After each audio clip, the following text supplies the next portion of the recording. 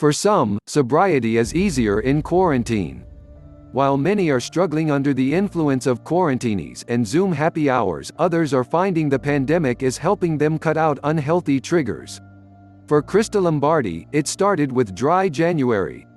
As a single woman working in Manhattan's PR industry and living just across the river in Jersey City, she regularly drank with clients at dinners, connected with colleagues at happy hours, and unwound with a glass of wine.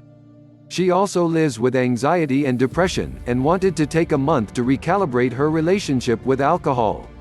It started as an experiment to see how a month without alcohol improved my mental health, Lombardi, 35, tells InStyle.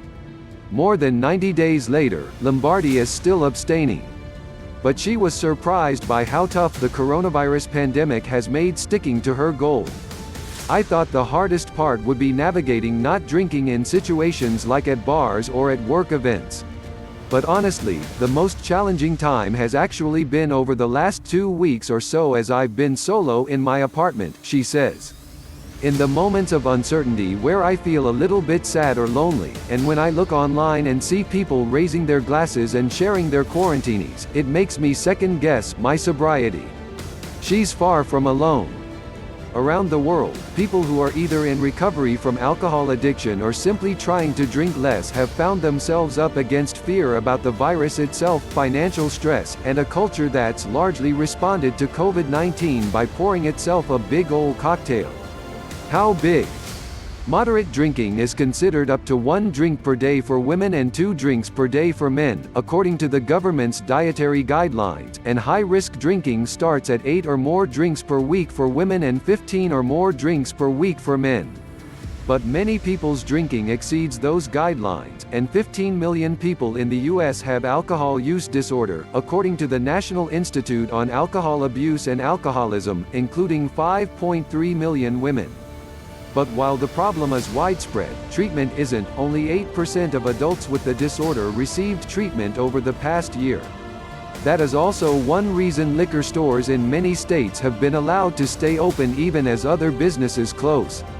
Abruptly limiting access to alcohol could lead to an increase in withdrawal among people with severe alcohol use disorder and add to the burden on the healthcare system. George F. Koo, the director of the National Institute on Alcohol Abuse and Alcoholism, told Newsweek. Stress and isolation can make a relapse more likely for someone recovering from addiction or an eating disorder, says Jesse Gold, MD, a psychiatrist and an assistant professor at Washington University in St. Louis. Some of her 100 patients have had the urge to use alcohol or drugs come back during the COVID-19 crisis. When our coping skills are tried, we always go back to things that are not necessarily the best for coping, Gold tells InStyle. So it makes sense that if our poor coping skill was to drink a lot of alcohol or use other substances, that's what we would want to be doing. But a total upheaval of life as we know it, and social distance from the triggers that might push people to drink too much, is also leading others to make healthier choices around booze. Some of Gold's patients have told her that they've been able to quit by being isolated or removed from toxic influences. Others, like Lombardi, see it as a challenge. Having to face such uncertainty in such a raw way has been such a great learning and growth opportunity for me, she says. Here's how the pandemic is changing people's relationship with alcohol, and how you can use this time to evaluate your own goals. First, booze, and booze memes, are everywhere. It's no secret that in addition to panic buying toilet paper, hand sanitizer, and Clorox wipes, plenty of people are stocking up on booze during this period of self-isolation. When we think that we're not going to be able to get hold of something, we hoard it like it's going to go completely out of fashion, says Laura Willoughby, the founder of Club Soda, a mindful drinking movement. But we all know that stockpiling alcohol is not quite what happens. What you end up with is a lot of alcohol in your house at a point in time when you're feeling uncertain about events which are outside your control, and at a time when you're likely to be more bored than normal. Coupled with those big quarantine stashes are the memes that justify drinking at any time of day, and remote work that may make people less accountable. Quarantine rules are airport rules. Have a drink at 9 a.m. if you want to, reads one. Kids, screaming, husband, complaining, me, pours fourth drink before noon, reads another. The conflation of homeschooling kids and drinking to cope can be particularly triggering for parents in recovery. Working and homeschooling can be extra stressful. Before she quit 2 years ago, Celeste Yvonne, 40, found that alcohol was a big part of playdates and mom friendships, and her world was awash in "mommy needs wine" memes. Seeing how everyone referenced alcohol as a prerequisite for parenting reinforced my own habits and made me feel less concerned with drinking sometimes 3 or 4 glasses of wine a night. I honestly believed that's what everyone else was doing, Yvonne, a mother of 2, tells InStyle. The Nevada-based writer and marketing professional realized she could stop at 1, but I never wanted to, so she quit. She felt strong in her sobriety, but when her kids' schools closed and her feed was once again flooded with references to booze, all the memes about drinking were triggering for me, she says. When the news of social distancing and self-isolating first hit, I wondered how I would get through this without alcohol, Yvonne explains. Everything I used to hold myself accountable, my work, my routine, my exercise, and self-care routines, it was all swept out from under me so fast. I wondered if I could do this sober. People committed to staying sober can feel challenged by the bombardment of messages about alcohol right now. People can think, I'm home, I'm bored, I'm stressed out, and I remember that I felt better when I used to drink and I probably could just have one, Gold explains. If you've been cold turkeying it on your own, it can be pretty hard. And ultimately, alcohol is a depressant, which won't make the anxiety about coronavirus better. Right now, a lot of things are out of control, and that's what substances make you feel. Even if there's some fun in sort of numbing the thinking and worrying, it actually is making you further out of control, Gold says. When nothing else is in control right now, it's nice to stay in control of yourself a little bit. Help is out there. To stay strong, Yvonne turned to online recovery meetings and virtually connected with sober friends for help. Many Alcoholics Anonymous groups have gone online during the pandemic, according to the group's General Service Office, which adds that from AA's earliest beginning, AA membership and recovery has not been contingent upon meeting in person. Some chapters have used Zoom, Google Hangouts, or regular old phone calls to keep in touch. Once she got into a routine with her kids and found new ways to practice self-care, Yvonne felt stronger. I see how hard it would be to manage working from home, homeschooling, and self-care with a hangover, she says.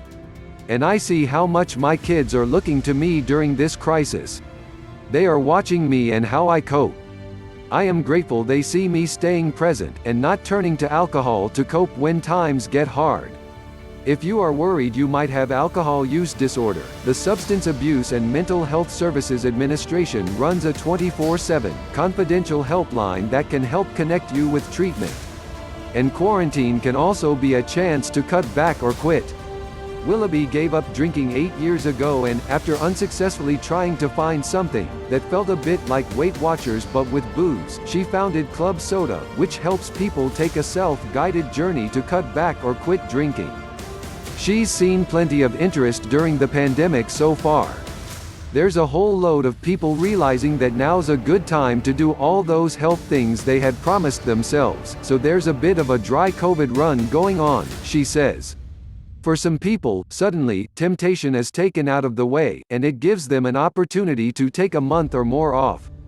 Yvonne says staying at home can take the pressure off.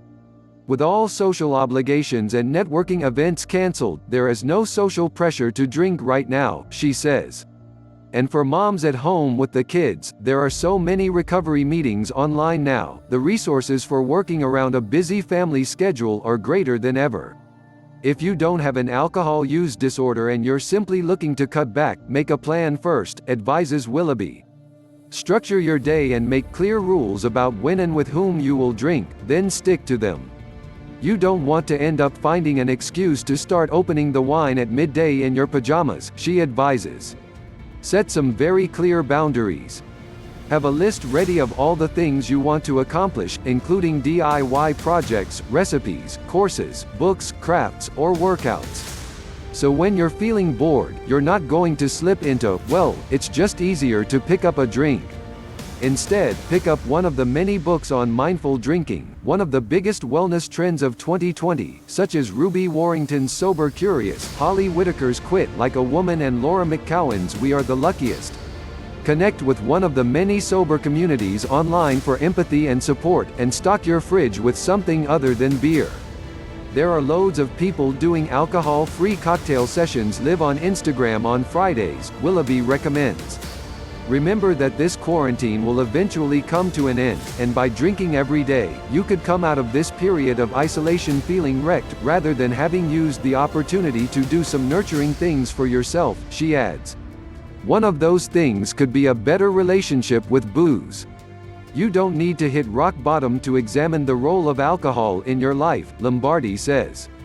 Often the question is, am I an alcoholic?